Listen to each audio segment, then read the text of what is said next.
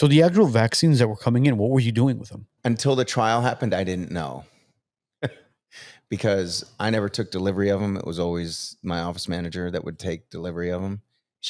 I would say, hey, look, we need some more. She would say, hey, look, we're running out of vaccines, because we were trying to keep out the same number of vaccines for the same number of people that we were seeing. And so she would order them and she would take delivery on them. And the only time I would know whether what I would know anything was if she would say, hey, look, I tried ordering some. We're not going to get it for a few more days because I need to upload some more information to the Utah State immunization information service. So that was the only time.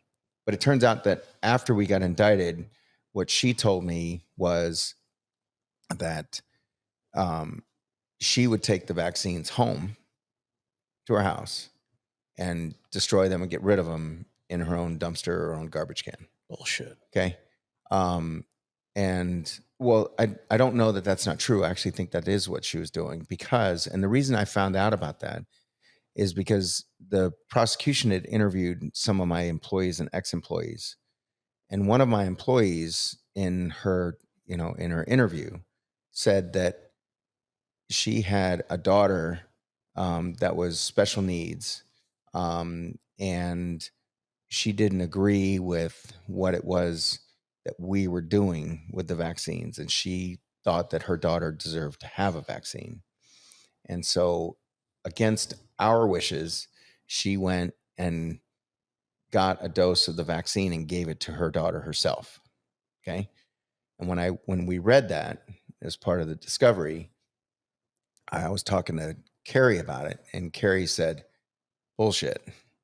There's no way that she did that. And I said, well, why not? She could have just gone upstairs to the freezer and gotten them out of the fridge that's up there. She goes, there was never any vaccine in that freezer. The vaccine always stayed with me and I took them home.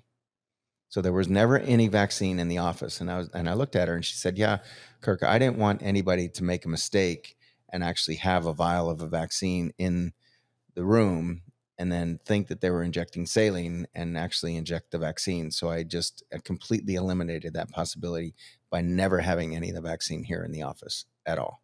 And how were you not aware of that? Because if I'm the physician, it's my office.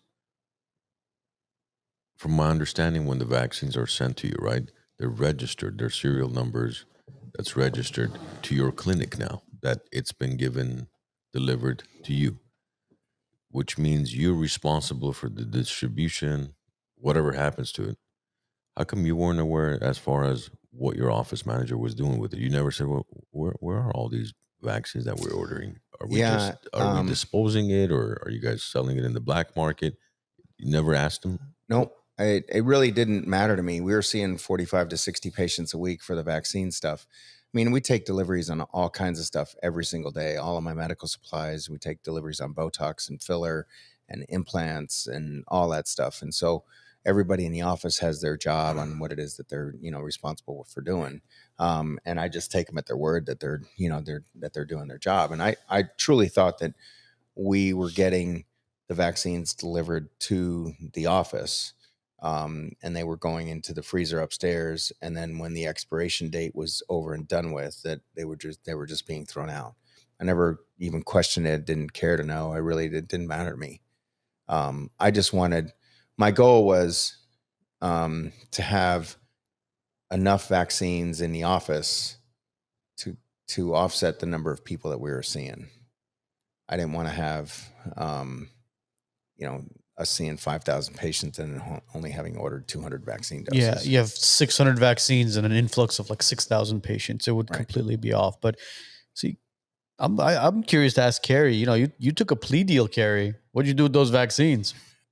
What'd you do with those vaccines, Carrie?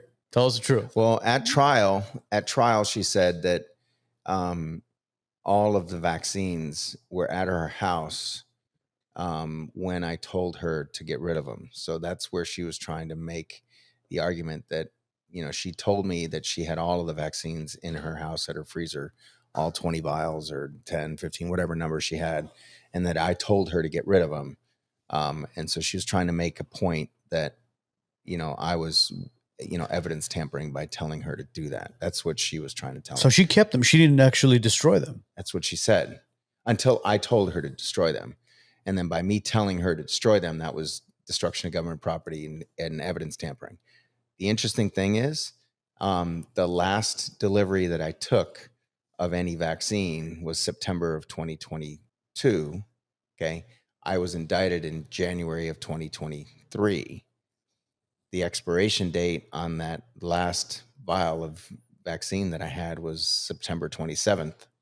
Okay. And by law, I'm required to dispose of the vaccines when they're expired.